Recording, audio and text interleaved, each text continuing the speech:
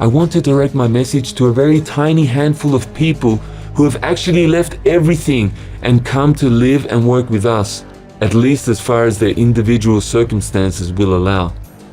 I want to challenge them, my followers if you like, and the followers of others who are following things that I've said. I want to challenge them to question whether following us and getting our approval is good enough. This week I received an email from a member of our teen fellowship. These are teens who are not yet old enough to step out on their own to live by faith. But it's a pretty special group of young people because they are all committed, or at least they say they're committed, to leaving everything and working full-time for God when they are old enough to do so legally. But this one teen said she has been lying for many weeks now when sending in reports on how she was going with various disciplines that we have set up within the teen fellowship. Instead of actually learning a long list of chapter references for various verses that we have assigned, this member was making up numbers. She said she was doing it to keep from getting kicked out of the teen fellowship. So, what does that mean in the light of eternity? It means that we have, or hopefully only had, at least one member who was not a member of the kingdom of heaven, because she was more interested in being a member of our little religious club than with having a clear conscience before God.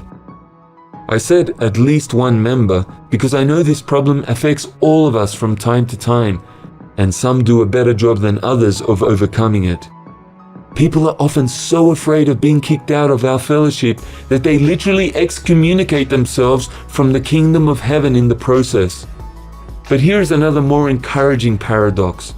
This same member chose to own up to what she had been doing and to make a change. Often, that's the best we can hope for. A bit of honesty about our dishonesty. But it's such an important and revolutionary part of the kingdom of heaven that Jesus came to build. A world not peopled by perfect individuals, but a world peopled by individuals who want to be perfect. So much so that we will confront uncomfortable truths about ourselves and change when we see that we need to change.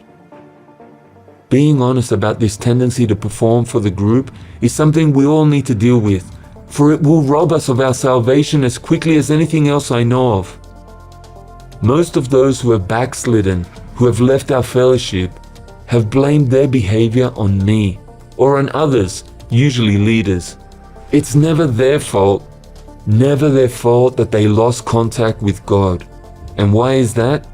It's because they either never had a personal relationship with God in the first place, or they had it, but they lost it in their obsession with performing for the group, craving praise, wanting popularity, currying favors. It all became one big sham until they couldn't maintain the lie any longer. And then they stormed off saying that we made them act in that way.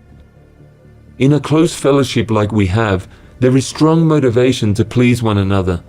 But pleasing God needs to be our number one priority, and pleasing others must be secondary.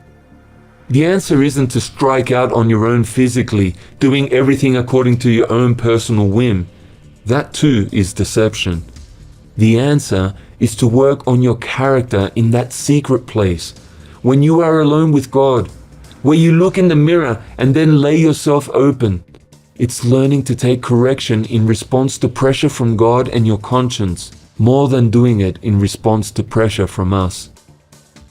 We have groups and leaders to help us. Peer group pressure can be a great tool.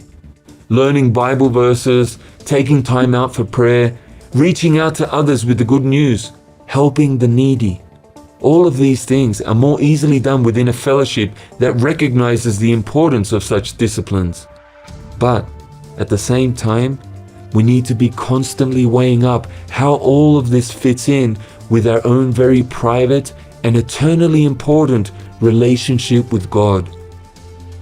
I have often said that Christian fellowship ultimately exists for the purpose of training us to stand strong without Christian fellowship.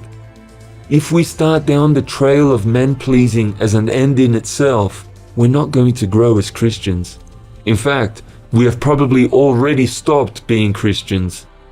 There seems to be a depressing conspiracy all over the world between religious leaders and followers, where the followers flatter the leaders in exchange for the leaders shielding the followers from uncomfortable truths.